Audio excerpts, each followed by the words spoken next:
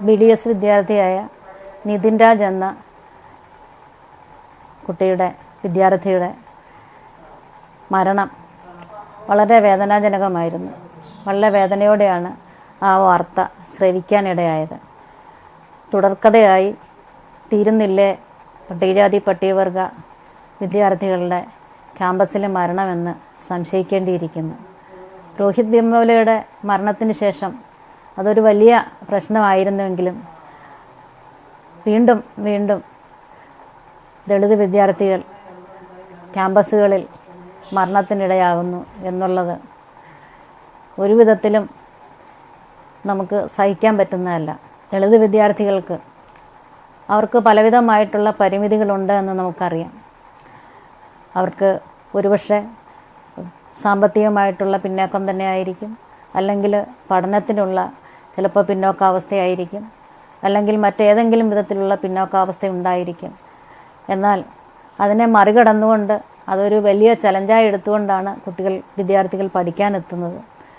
ആ സമയം അവർക്ക് വേണ്ടതായിട്ടുള്ള മാനസിക ആരോഗ്യം സ്കൂൾ അല്ലെങ്കിൽ കോളേജ് അന്തരീക്ഷത്തിൽ നിന്നാണ്, വിദ്യാലയ അന്തരീക്ഷത്തിൽ നിന്നാണ് കിട്ടേണ്ടത്.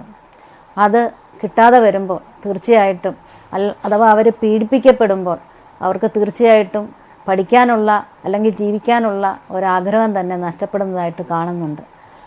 വളരെയധികം കുട്ടികൾ രോഹിത് വെമുലയ്ക്ക് ശേഷം അഭിലാഷ് എന്ന ഒരു വിദ്യാർത്ഥി മരണപ്പെട്ടു.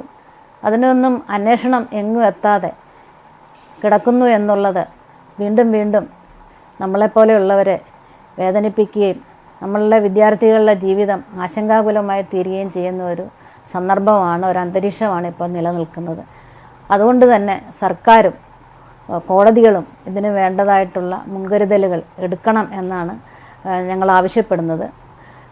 ഒരു മോണിറ്ററിംഗ് സെല്ല് തന്നെ ഈ വിദ്യാർത്ഥികളുടെ പഠനത്തിനും അവർ പഠനം പൂർത്തിയാക്കി പോരുന്നതുവരെ ഒരു രക്ഷകർത്ത, അധ്യാപകർ, അതുപോലെ തന്നെ ജനപ്രതിനിധികൾ ഉൾപ്പെടുന്ന പോലീസ് അധികാരികൾ ഉൾപ്പെടുന്ന ഒരു വലിയ സെല്ല് തന്നെ ഇവരുടെ പഠനത്തിനും ഇവരുടെ പഠനം വീക്ഷിക്കുന്നതിനും അവരുടെ പഠന നിലവാരം അറിയുന്നതിനും അവരുടെ ചുറ്റുപാടുകൾ, കോളേജ് ഹോസ്റ്റൽ ചുറ്റുപാടുകൾ അന്വേഷിക്കുന്നതിനും ഒക്കെ വേണം എന്നുള്ളതാണ് എൻ്റെ ഒരു അഭിപ്രായം ആയിട്ട് ഞാൻ പറയുന്നത്.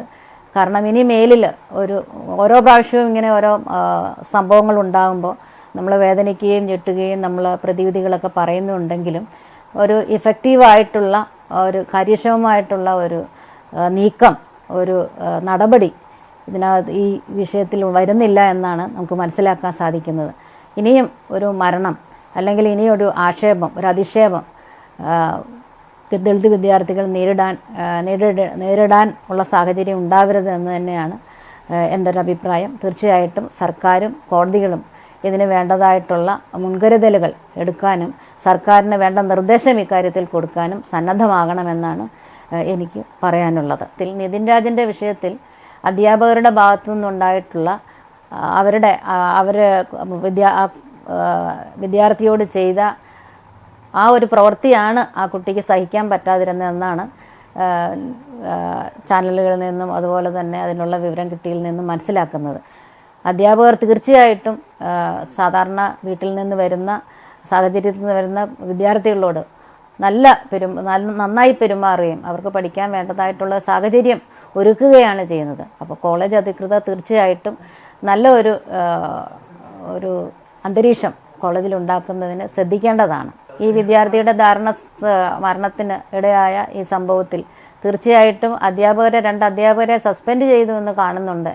പക്ഷേ അവർ രക്ഷപ്പെടാനുള്ള എല്ലാ സാഹചര്യങ്ങളും നമ്മുടെ ഈ നിയമവ്യവസ്ഥയിലുണ്ട് എന്നുള്ളത് കൊണ്ട് തന്നെ തീർച്ചയായിട്ടും വളരെ കർക്കശമായ രീതിയിൽ തന്നെ ആ അധ്യാപകർക്കെതിരെ നടപടിയെടുക്കണം എന്നതാണ് എൻ്റെ ശക്തമായിട്ടുള്ള അഭിപ്രായം.